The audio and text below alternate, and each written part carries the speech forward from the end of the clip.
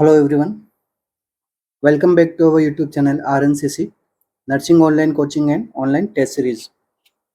तो जैसा कि अभी आप सभी को पता है हमारी क्लासेस रन हो रही है अभी यहाँ पे YouTube चैनल पे, जो अभी बेसिस है अपने SGPGI के एग्ज़ाम को लेके।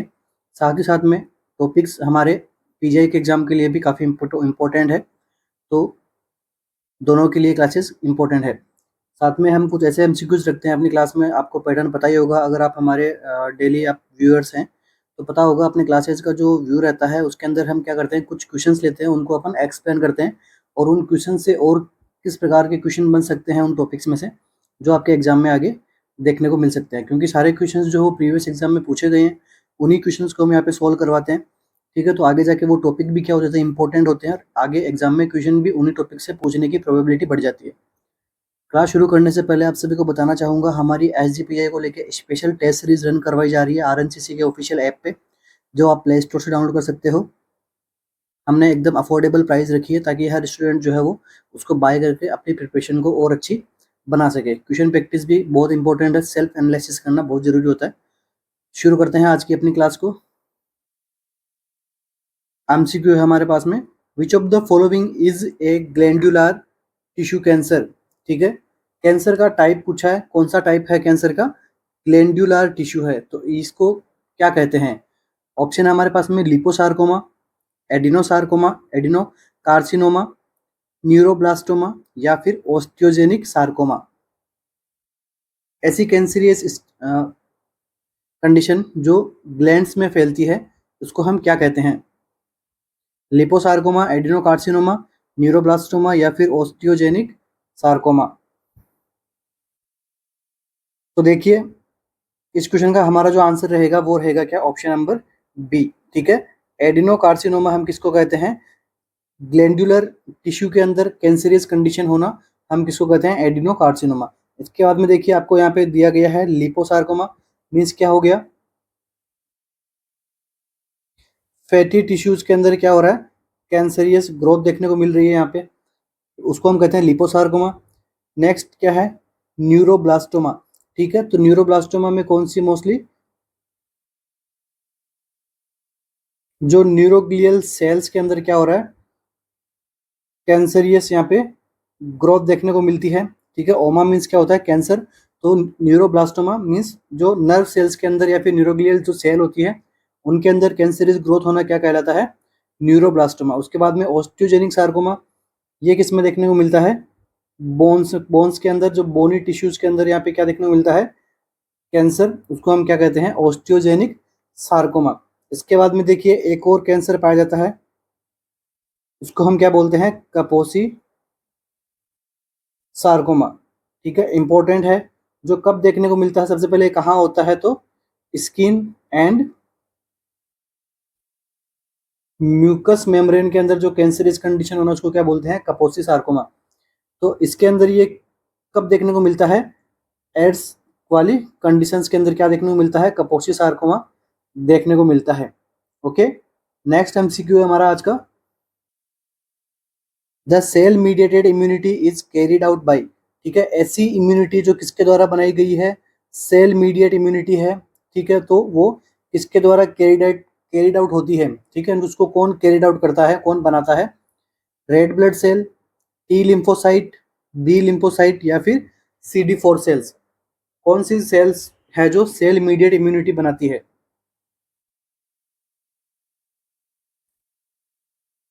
तो देखिए, सेल मीडिएट इम्यूनिटी को हम क्या कहते हैं, सेलुलर इम्यूनिटी भी कहते हैं। ठीक है, तो ये मेनली कौन किसके द्वारा बनती है, ये टी लिम्फोसाइट्स के द्वारा।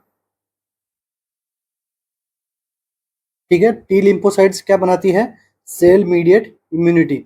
हमारा ऑप्शन कौन सा करेक्ट हो जाएगा, ऑप्शन नंबर बी। अब देखिए, टी लिम्फोसाइट का ओरिजिन कहाँ से होता है, कहाँ से होता है ओरिजिन, बोन मैरो से। क्वेश्चन है सभी, ओरिजिन के बाद में मेचुरेशन, मेचुरेशन कहाँ पे देखने को मिलता है, देखिए मेचुरेशन अर्ली स्टेज के अंदर कहाँ देखने को मिलता है, थाइमस के अंदर टिल प्यूबर्टी। इसके बाद थाइमस के बाद में इसका मैच्योरेशन कहाँ देखने को मिलता है? नियर बाई लिम्फ नोड्स के अंदर इसका क्या होता है? मैच्योरेशन होता है। तो टी लिम्फोसाइट मेनली किसको बनाती है? सेल्यूलर इम्यूनिटी या फिर सेल मीडिएट इम्यूनिटी। ठीक है। नेक्स्ट, टी सेल से क्या एमसीक्यू बनता है? एचआईवी के अंदर कौन सी इम्यूनिटी डिस्टर्ब होती है? तो सेल्यूलर इम्यूनिटी। ठीक है, एचआईवी किस पे इफेक्ट करता है? सेल्यूलर इम्यूनिटी पे इफेक्ट डालता है, ध्यान में रखना है। साथ ही साथ में क्या करता है ये? CD4 सेल के काउंट को भी क्या कर देता है? डिक्रीज कर देता है। तो इसमें एचआईवी के अंदर कितना देखने को मिलता है? लेस देन 200 यहाँ पे CD4 काउंटिंग देखने को मिलती है। ठीक है, जब एचआईवी सीवियर स्टेज में होता है तो लेस देन CD4 काउंटिंग को ये कम करता है।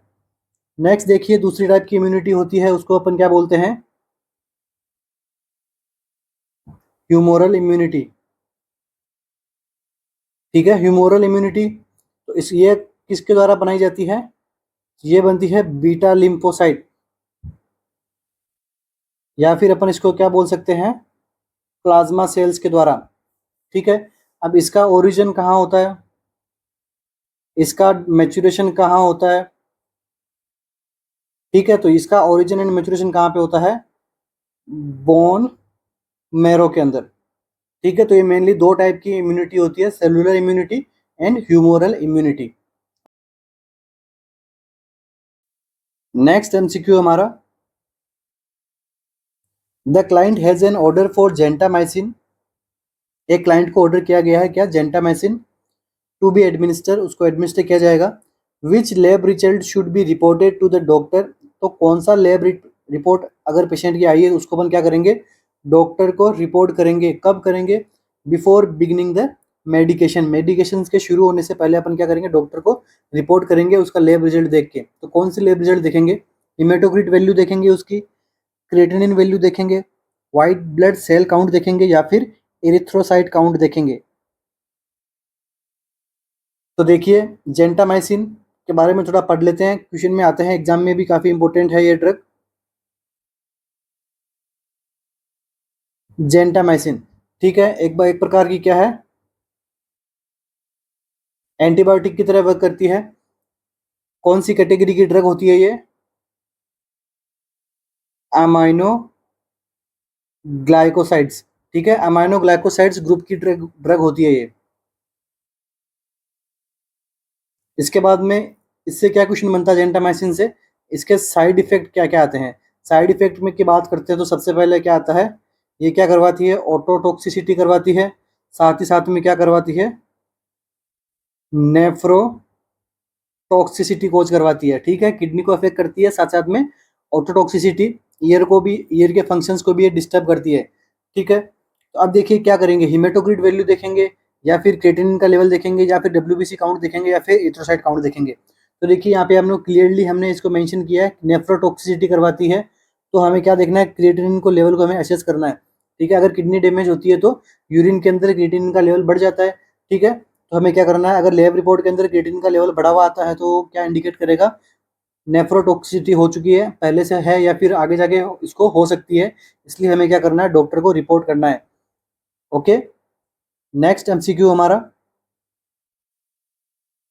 The lateral edge shape curvature of the spine is called. ठीक है, स्पाइन के अंदर लेटरल और या फिर एज शेप कर्वेचर देखने को मिल रहा है।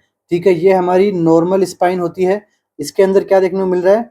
लेटरल और एज शेप इस कर्वेचर देखने को मिल रहा है। इस कर्वेचर को हम क्या कहते हैं? स्कोलियोसिस, मस्कुलियोसिस, काइपोसिस, या फिर लॉर्डोसिस।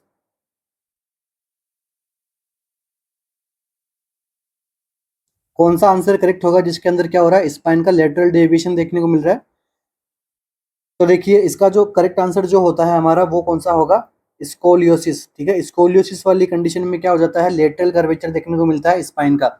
इसको हम सी शेप स्पाइन भी कह सकते हैं। ठीक है, सी शेप स्पाइन या फिर एस शेप कर्वेचर देखने को मिलता है स्पाइन के अंदर।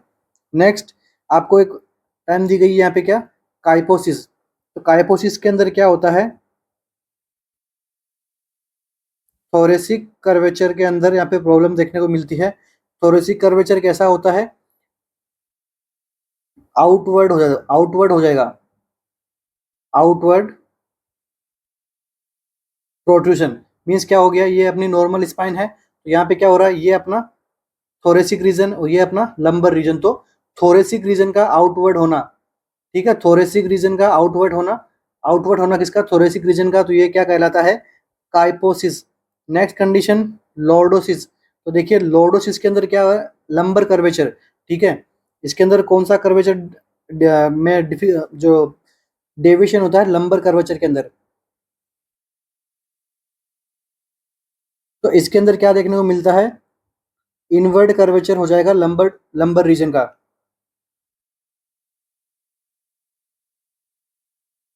ठीक है, तो ये हो गई हमारी लंबर रीजन। तो इसके अंदर क्या होता है, इनवर्ड मूवमेंट हो जाना हमारे किसका, लंबर रीजन का। तो ये इसमें आता है लॉर्डोसिस के अंदर।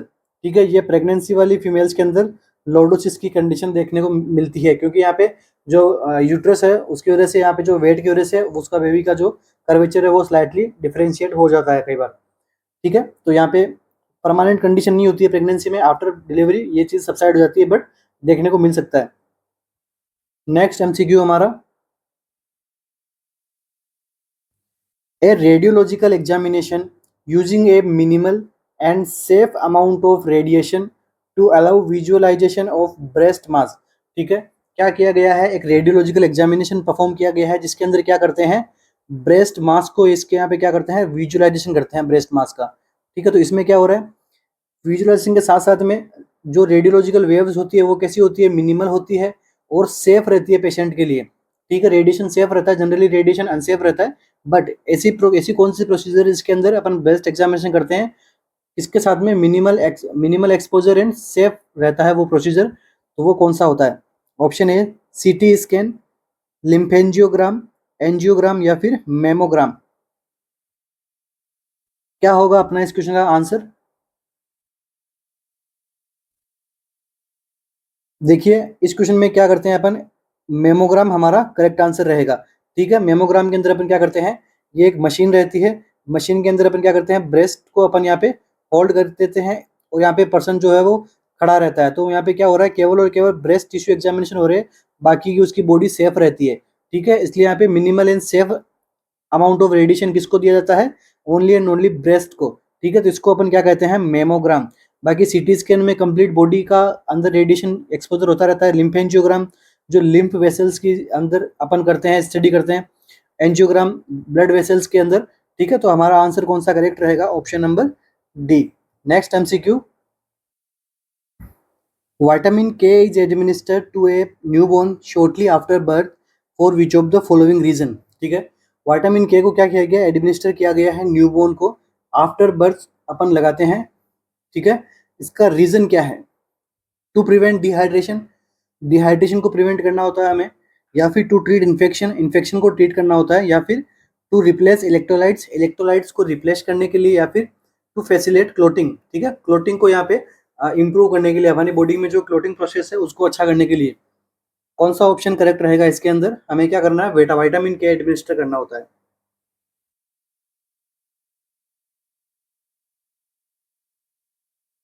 इजी क्वेश्चन है बट बहुत बार पूछा गया क्वेश्चन है। ठीक है, पीजीआई में, एम्स में काफी बार इस टॉपिक से क्वेश्चन बनता है। देखिए इस क्वेश्चन का आंसर जो रहेगा वो क्या रहेगा, ऑप्शन नंबर डी। ठीक है, टू फैसिलिटेट क्लोटिंग। ठीक है, तो विटामिन के क्या करता है, प्रिवेंट प्रिवेंट हेमरेजिक कंडीशन। ठीक है, विटामिन के क्या करता है, बच्चे में हेमरेजिक कंडीशंस को प्रिवेंट करता है। ठीक है, तो विटामिन के को डोज क्या रहती है, इससे क्वेश्चन बनता है, अगर बेबी क्या है, टाइम है, ठीक है, टाइम उसकी डिलीवरी हुई है, तो इसके अंदर अपन क्या डोज रखेंगे, 0.5 ml के अंदर कितना रहता है विटामिन के, 1 मिलीग्राम। ठीक है, 0.5 के 1 मिलीग्राम।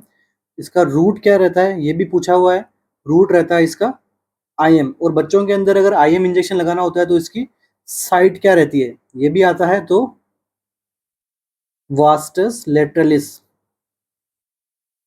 ठीक है, तो आपको ध्यान में रखना है। अब देखिए विटामिन के का इंजेक्शन लगाते क्यों है, ये भी पूछा हुआ है एग्जाम के अंदर, क्योंकि at birth newborns gut is sterile. ठीक है, स्टेराइल होने का मीन्स वहां पे किसी भी प्रकार के माइक्रो ऑर्गेनिज्म का डेवलपमेंट नहीं रहता है। माइक्रो ऑर्गेनिज्म कौन से? नॉर्मल फ्लोराज का। ठीक है, अब जब नॉर्मल फ्लोरा वहां पे प्रेजेंट नहीं है तो ये क्या करेंगे? नो विटामिन के सिंथेसिस। तो क्या हो रहा है? हमारी बॉडी में विटामिन के का सिंथेसिस नहीं हो पा रहा है, तो नहीं होने की वजह से कौन से क्लोटिंग फैक्टर डेवलप नहीं होते हैं? 2, 7, 9 एंड 10 क्लोटिंग फैक्टर डेवलप नहीं होते हैं। तो ये आगे जाके क्या करवा सकते हैं? ब्लीडिंग टेंडेंसी करवा सकते हैं बच्चे के अंदर। इसलिए अपन क्या करते हैं? विटामिन के को अपन क्या करते हैं? इंट्रोड्यूस करते हैं। तो ये क्या होगा? लीवर सिंथेसिस कौन से क्लोटिंग फैक्टर? 2, 7, 9 एंड 10। ठीक है, ये फैक्टर आगे जाके बाकी के फैक्टर्स का भी डेवलपमेंट कर देते हैं। टोटल क्लोटिंग फैक्टर जो बचे हुए हैं उनका भी डेवलप कर देते हैं। तो इसकी वजह से क्या हो रहा है? ब्लीडिंग टेंडेंसीज को बचाया जा सकता है और क्लोटिंग फैसिलिटीज को बढ़ाया जा सकता है। ठीक है, तो ये हमें ध्यान रखना है कौन से फैक्टर को अफेक्ट करता है। ये फैक्टर कौन बनाता है? लीवर बनाता है। लीवर क्यों बनाता है? क्योंकि vitamin K liver synthesis normal flora vitamin K का सिंथेसिस करते हैं, जो कि लीवर पे अफेक्ट करके लीवर से क्या प्रोड्यूस करवाता है? Clotting factors. तो आपको ध्यान में रखना है, सब चीजें एग्जाम में पूछी हुई है। अब देखिए एक और क्वेश्चन बनता है इसके साथ में। ये तो हमने बात कर ली कि ये डोज की बात क्या कर ली हमने, जब बच्चा क्या हो? टर्म कंडीशन में हो।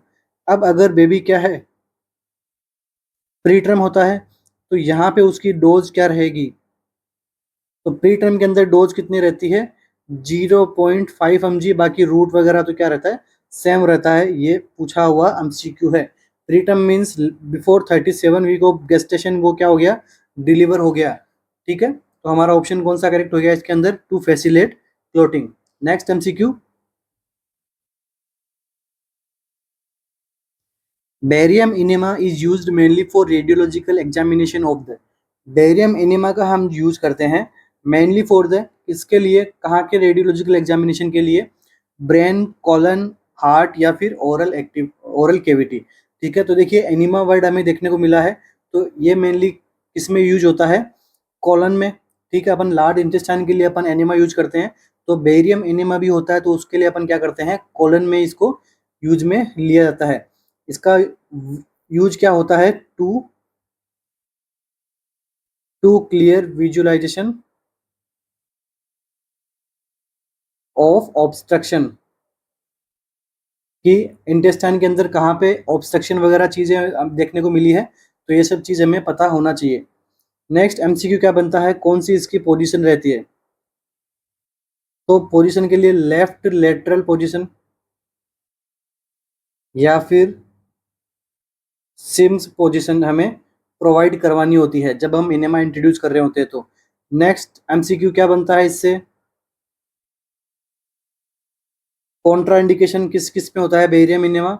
अगर वहां पे क्या देखने को मिलता है? पेरिटोनाइटिस की कंडीशन है तो कॉन्ट्राइंडिकेशन रखना है। साथ में यहाँ पे रेडियोलॉजिकल एग्जामिनेशन है, तो अगर बेरियम जो केमिकल से अगर उसको एलर्जिक रिएक्शन उससे होती है तो हमें क्या करना है? कॉन्ट्राइंडिकेशन रखना है। नेक्स्ट, डाइट क्या देनी होती है जब हम बेरियम इनेमा को यूज करते हैं? तो लो रेसिड्यू डाइट।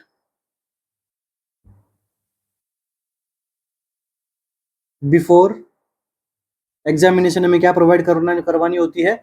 लो रेसिड्यू डाइट। ये एक बार एग्जाम में पूछी हुई है, तो आपको ध्यान रखना है। लो रेसिड्यू डाइट देते हैं हम। इसके बाद में आफ्टर द बेरियम इनेमा क्या देना होता है? लैक्टुलोज। लैक्टुलोज देने से क्या होगा? Facilitate stool. ठीक है, तो वहाँ पे स्टूल पास आउट होने में इजी रहेगा।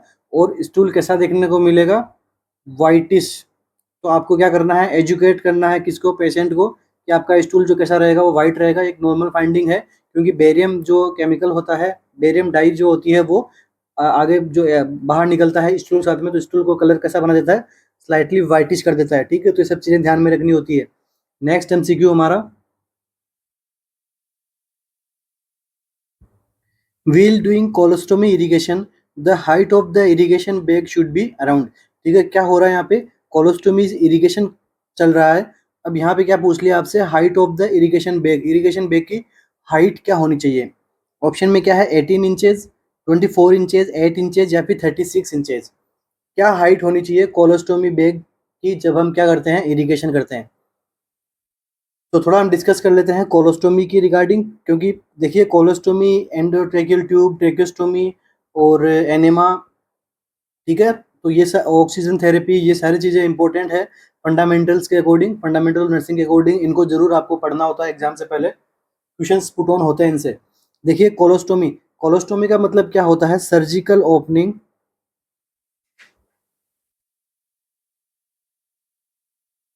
इनटू लार्ज इंटेस्टाइन मेनली, ठीक है। मेनली मैंने बोला है क्योंकि लार्ज कोलोन, जो कोलोन है उसके अंदर क्या हो रहा है, यहाँ पे सर्जिकल ओपनिंग होती है। देखिए एक एक इलियोस्टोमी भी होती है, वो इलियम रीजन के अंदर होती है, और ये इलियम किसका पार्ट होता है, स्मॉल इंटेस्टाइन का, ठीक है, तो उसमें इलियोस्टोमी, बट कोलोस्टोमी मेनली कहाँ कहाँ करते हैं, लार्ज इंटेस्टाइन के अंदर, ठीक है। और ऐसे डाइजेस्टिव ट्रैक के अंदर कहीं भी अपन क्या कर सकते हैं, ओस्टोमी कर सकते हैं, ठीक है, ओपनिंग बना सकते हैं। अब देखिए इसको हमने क्या कर दिया, कोलोस्टोमी, इसको हम क्या कहते हैं, कोलोस्टोमी कहते हैं। अब कोलोस्टोमी के भी कुछ टाइप्स होते हैं। सबसे पहला टाइप क्या होता है, लूप कोलोस्टोमी, ठीक है। लूप कोलोस्टोमी के अंदर क्या होता है, डिस्टल पार्ट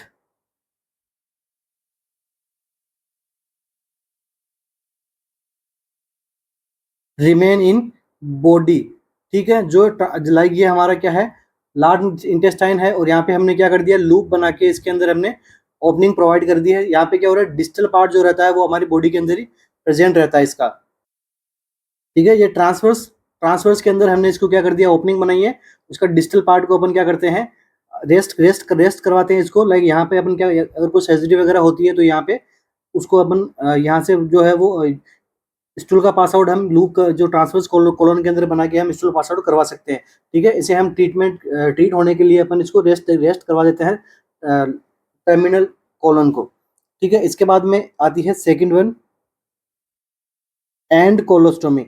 देखिए एंड कोलोस्टोमी क्या होती है, एंड कोलोस्टोमी क्या करते हैं, डिस्टल पार्ट के अंदर, ठीक है, इसका तो इसके अंदर क्या करते हैं, डिस्टल पार्ट को रिमूव कर देते हैं, और वहां पे क्या कर देते हैं, ओपनिंग बना देते हैं, इसको हम क्या कहते हैं, एंड कोलोस्टोमी। इसके बाद में क्या होता है, double barrel colostomy. Double barrel colostomy के अंदर क्या करते हैं, टू स्टोमा क्रिएट करते हैं, एक से क्या हो जाएगा हमारा, क्लीनिंग हो जाएगी, सेकंड वन स्टोमा से अपन क्या कर देंगे, मेडिकेशन प्रोवाइड करवा देंगे, ठीक है। तो ये कुछ कोलोस्टोमी के टाइप्स होते हैं।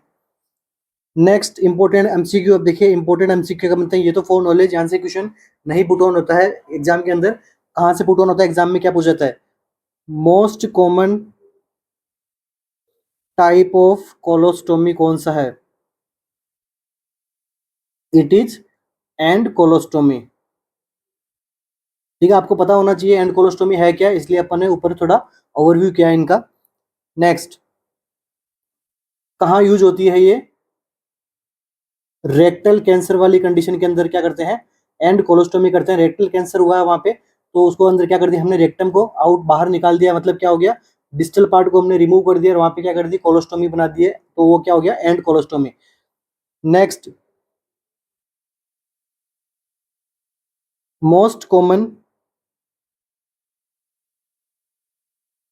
परमानेंट ओस्टोमी, ये भी कौन सी होती है, एंड कोलोस्टोमी, ठीक है। एंड कोलोस्टोमी एक प्रकार की परमानेंट ओपनिंग बना के रखते हैं, क्योंकि डिस्टल पार्ट को इसके अंदर हम क्या कर देते हैं, रिमूव कर देते हैं। नेक्स्ट, हम इन कोलोस्टोमी वाले प्रोसीजर के अंदर क्या करते हैं, एक पाउच का हम यहाँ पे पाउच बनाते हैं, इस पाउच को क्या कहते हैं, कोच पाउच, ठीक है। आपको नाम ध्यान में रखना है, पूछते हैं एग्जाम के अंदर कि ये पाउच को अपन बनाते हैं, पाउच क्यों बनाया जाता है, फॉर स्टूल रिजर्वायर, ठीक है। स्टूल को यहाँ पे रिजर्वायर करने के लिए, स्टूल को होल्ड करने के लिए हमने क्या कर दिया, पाउच बनाते हैं अपन, इसको पाउच को अपन क्या बोलते हैं, कोच पाउच, कोच पाउच बोलते हैं, या फिर इसको अपन जेब पाउच भी कह सकते हैं। नेक्स्ट एमसीक्यू कोलोस्टोमी से क्या हो सकती है, nurse who care colostomy patient. ऐसी नर्स को क्या कहते हैं जो कोलोस्टोमी पेशेंट्स की केयर करती है, उसको अपन बोलते हैं WOC नर्स। ठीक है, वूक नर्स कहते हैं अपन इसको। ठीक है, इसका क्या फुल फॉर्म होता है वूक का? वाउंड केयर करेगी सबसे पहले तो, ओस्टोमी को मेंटेन करके रखेगी। नेक्स्ट वही नर्स उसके लिए क्या करेगी, कंटिन्यू आगे फॉरवर्ड आगे केयर प्लान करेगी। ठीक है, उसको हम क्या बोलते हैं, WOC नर्स या फिर वूक नर्स। नेक्स्ट MCQ क्या बनता है इससे, best time to change the colostomy bag. Colostomy bag को चेंज करने का बेस्ट टाइम कौन सा होता है? Early morning.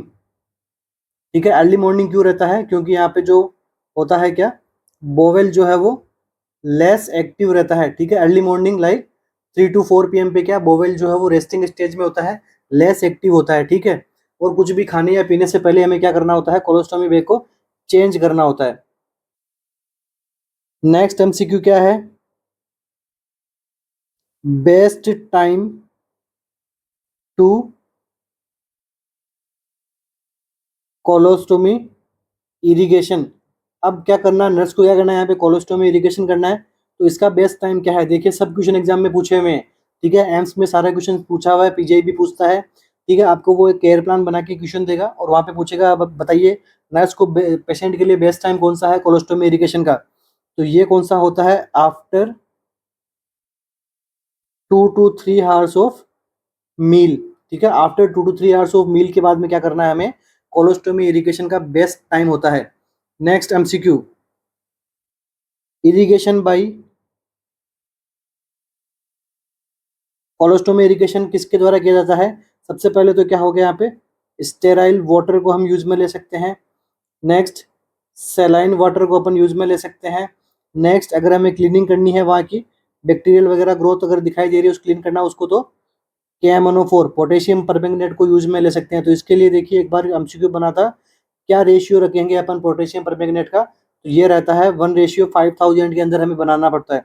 नेक्स्ट MCQ क्या बनता है इसका, टेम्परेचर क्या रखना होता है कोलोस्टोमी इरिगेशन सॉल्यूशन का, तो टेम्परेचर रहता है 105 degree Fahrenheit to 110 degree Fahrenheit. ठीक है, पूछा गया क्वेश्चन है। नेक्स्ट MCQ क्या बनता है इससे, कोलोस्टोमी इरिगेशन से कौन सा इलेक्ट्रोलाइट इम्बेलेंस देखने को मिलता है इसके अंदर, तो पोटेशियम और बाइकार्बोनेट जो आयन है उसका इम्बेलेंस देखने को मिलता है। हमें ध्यान में रखना है, प्लीज साथ साथ में नोट्स बनाते जाइएगा ताकि आपके कोई परेशानी नहीं हो, आगे इनसे बाहर क्वेश्चन नहीं निकलेगा कोलोस्टोमी से। नेक्स्ट MCQ क्या बनता है, देखिए पोजीशन पूछते हैं एग्जाम के अंदर कि कोलोस्टोमी के अंदर के लिए पोजीशन कौन सी रखते हैं, तो पोजीशन सबसे पहले तो क्या हो जाएगी, सीटिंग पोजीशन या फिर सेमी फॉलोअर पोजीशन, ये रखना होता है हमें कोलोस्टोमी इरिगेशन के टाइम पे पोजीशन। और देखिए स्टोमा, स्टोमा बनाते हैं अपन, कोलोस्टोमी बनाते हैं तब क्या बनाते हैं, स्टोमा बनाते हैं, तो स्टोमा की साइज पूछते हैं एग्जाम के अंदर। स्टोमा साइज कितनी होनी चाहिए, 1/8 इंच की यहाँ पे क्या होनी चाहिए, स्टोमा साइज होनी चाहिए। ऋषिकेश एम्स के अंदर पूछा गया क्वेश्चन है। ठीक है, प्लीज आप सबको नोट करते जाइएगा। अब देखिए अपना क्वेश्चन क्या पूछा अपने से, जो इरिगेशन बेग की हाइट क्या होनी चाहिए, तो देखिए इरिगेशन बेग की हाइट क्या होनी चाहिए, 18 इंचेस। ठीक है, बट एग्जाम में अगर आपसे पूछ ले रेंज, अगर आपसे एग्जाम में रेंज दे के पूछ ले तो कितनी बतानी है, 12 to 18 इंच की हाइट रहती है। तो अकॉर्डिंग टू दिस क्वेश्चन हमारा ऑप्शन क्या करेक्ट होगा, 18 इंच। इसके बाद में और क्या क्वेश्चन बनता है, देखिए स्टोमा से क्या क्वेश्चन बनता है, स्टोमा कैसा होना चाहिए कलर में। सबसे पहले तो स्टोमा होना चाहिए वो मॉइस्ट होना चाहिए, राउंड होना चाहिए। स्टोमा के कैरेक्टरिस्टिक्स है एग्जाम में पूछते हैं, मॉइस्ट होना चाहिए स्टोमा, राउंड होना चाहिए,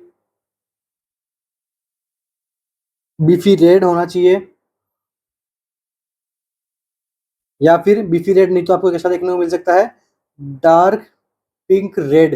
ठीक है, अगर ऐसे कैरेक्टरिस्टिक देखने को मिले तो स्टोमा कैसा है, हेल्दी स्टोमा है। ठीक है, अगर स्टोमा के कलर कैसा देखने को मिले आपको, डार्क रेड कलर देखने को मिले, केवल डार्क रेड कलर देखने को मिले, पिंक नहीं मिले, ठीक है। यहाँ पे क्या है, डार्क पिंक कलर है, और अगर यहाँ पे क्या देखने को मिले हमें, डार्क रेड कलर देखने को मिले, तो हो सकता है वहाँ पे क्या हो रहा है, वहाँ पे ब्रेसिंग हो रही है। अब देखिए स्टोमा का कलर अगर आपको क्या देखने को मिला, ब्लैक कलर का स्टोमा देखने को मिला, मतलब कैसा हो गया, स्टोमा का क्या हो गया, नेक्रोटाइज हो गया, स्टोमा नेक्रोसिस हो गया स्टोमा का। नेक्स्ट पर्पल या फिर ब्लू कलर देखने को मिल गया आपको स्टोमा का, तो ये कैसा होता है, decrease blood supply to the stoma, ठीक है। तो ये कुछ कंडीशंस है स्टोमा से रिलेटेड जो आपको ध्यान में रखनी होती है। और देखिए क्या एमसीक्यू बनते हैं कोलोस्टोमी इरिगेशन से, कोलोस्टोमी से क्या इरिगेशन बनते हैं। जब कोलोस्टोमी परफॉर्म करनी होती है तो कोलोस्टोमी परफॉर्म करने से पहले कैसी डाइट प्रोवाइड करना है, diet before colostomy,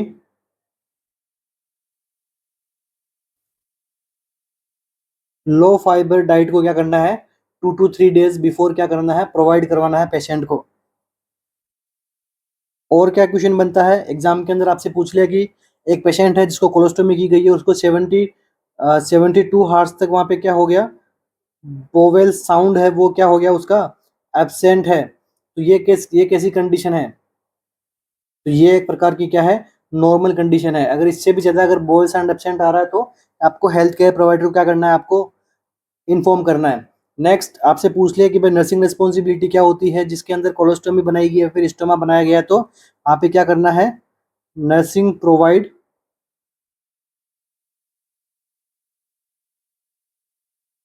psychological support देना होता है ऐसे पेशेंट्स को, ठीक है। क्योंकि यहाँ पे उसको डिस्टर्ब बॉडी इमेज की वजह से उसके अंदर साइकोलॉजिकल प्रॉब्लम्स आ सकती है, डिप्रेशन में जा सकता है, तो इसके लिए हमें ध्यान में रखना होता है, ठीक है। तो ये कुछ क्वेश्चंस हैं जो आपको एग्जाम में देखने को मिलता है। नेक्स्ट और लास्ट क्वेश्चन इसका कोलोस्टोमी का, स्टोमास के द्वारा जो भी डिस्चार्ज देखने को मिलता है, डिस्चार्ज फ्रॉम द स्टोमा, इसे हम क्या कहते हैं, इफ्लुएंट, ठीक है। पूछा हुआ क्वेश्चन है, आ सकता है एग्जाम में आगे भी। नेक्स्ट एमसीक्यू अपना, which one of the following procedure is use to correct otosclerosis, otosclerosis की कंडीशन हो गई है, तो अब इसको ट्रीट करने के लिए, अपन करेक्ट करने के लिए कौन सा प्रोसीजर करेंगे, मेरिंगोप्लास्टी, मेरिंगोटोमी, मेस्टोइडेक्टोमी या फिर स्टेपेडेक्टोमी।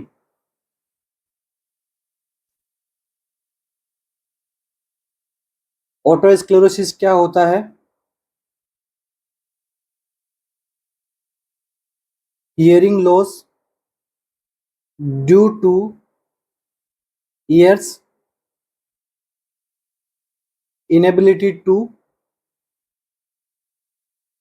एम्पलीफाई द साउंड, ठीक है। ईयर के अंदर जो क्या हो रहा है, यहाँ पे साउंड को एम्पलीफिकेशन नहीं देखने को मिल रहा है, मतलब क्या हो रहा है, जो ईयर्स के अंदर जो बोन होती है, मेलियस इनकस स्टेपिस, ठीक है, तो इसके अंदर क्या वाइब्रेशन नहीं देखने को मिलता है, क्यों नहीं देखने को मिलता है, क्योंकि जो स्टेपिस जो बोन होती है उसका क्या हो जाता है, स्क्लेरोसिस हो जाता है यहाँ पे, ठीक है। इसके लिए अपन क्या करेंगे, स्टेपेडेक्टोमी कर देंगे अपन, ठीक है। स्टेपेडेक्टोमी कर देंगे तो क्या हो जाएगा, साउंड का वापस से एम्पलीफिकेशन शुरू हो जाएगा और हियरिंग लॉस ट्रीट हो जाएगा, ठीक है।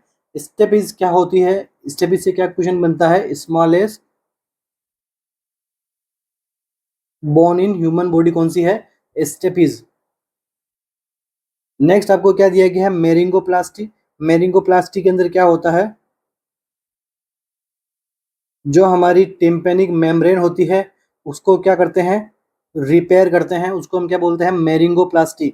मेरिंगोटोमी के अंदर क्या करते हैं, टिम्पेनिक मेम्ब्रेन की अपन क्या करते हैं, ओपनिंग करते हैं। एंड मेस्टोइडेक्टोमी का अपन क्या करते हैं, मेस्टोइड को अपन क्या करते हैं, एक्टोमी बाहर निकालते हैं, ठीक है, कट आउट करते हैं, उसको अपन क्या बोलते हैं, मेस्टोइडेक्टोमी। नेक्स्ट एमसीक्यू हमारा, the term pyrosis is related to, pyrosis का क्या मतलब होता है, हार्टबर्न, पस फॉर्मेशन, डिस्फेजिया या फिर डिस्पेप्सिया। तो देखिए पायरोसिस का मतलब होता है हार्टबर्न, हार्टबर्न पायरोसिस का मतलब होता है हार्टबर्न, ठीक है।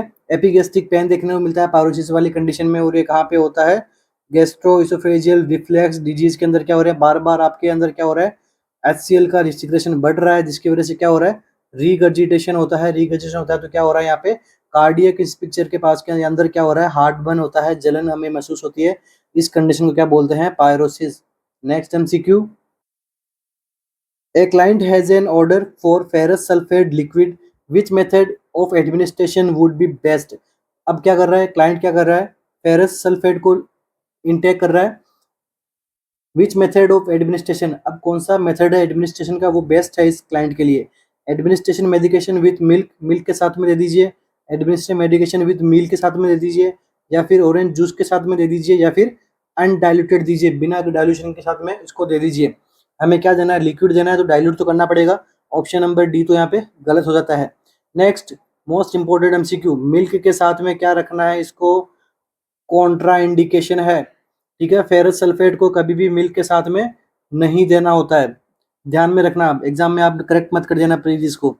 नेक्स्ट, मील के साथ में देते हैं तो इसका अच्छा यहाँ पे रिस्पॉन्स मिल सकता है, क्योंकि मील दे रहे हैं तो यहाँ पे क्या हो रहा है, HCl का डेवलप, HCl बनता है तो HCl इसके एब्जॉर्प्शन में हेल्प करता है। बट सबसे ज़्यादा बेस्ट आंसर कौन सा रहेगा, administration medication with orange juice. Orange juice के अंदर क्या रहता है, एसिडिक नेचर का होता है, तो ये क्या करता है, बेस्ट यहाँ पे एब्जॉर्प्शन करवाएगा, ठीक है। तो अगर यहाँ पे ऑरेंज जूस नहीं होता तो अपन क्या कर देते हैं, मील के साथ में अपन दे सकते हैं, बट यहाँ पे अपना ऑप्शन नंबर सी यहाँ पे प्रायोरिटी के अकॉर्डिंग करेक्ट होता है। Next MCQ, the drug use to constrict the pupils, pupils को कॉन्स्ट्रिक्शन करने के लिए कौन सी ड्रग रेस्पॉन्सिबल होती है। ऑप्शन माइडियाटिक्स, सल्फोनेमाइड्स, एंटीबायोटिक्स, या फिर मायोटिक्स। देखिए एंटीबायोटिक्स इसमें काम में नहीं आएगी, सल्फोनेमाइड्स भी इसके अंदर काम में नहीं आएगी। सल्फोनेमाइड्स किस में देते हैं अपन, वॉर्म इन्फेस्टेशन के अंदर अपन क्या करते हैं, सल्फोनामाइड अपन को काम में लिया जा सकता है। सल्फोनामाइड के अंदर क्या आता है, सल्फासालाजिन। अब देखिए प्यूपिल के कॉन्स्ट्रिक्शन के लिए सबसे पहले अपन बात कर लेते हैं प्यूपिल डायलेशन में कौन सी हेल्प आती है। देखिए टर्म होती है कौन सी, माइड्रियाटिक्स।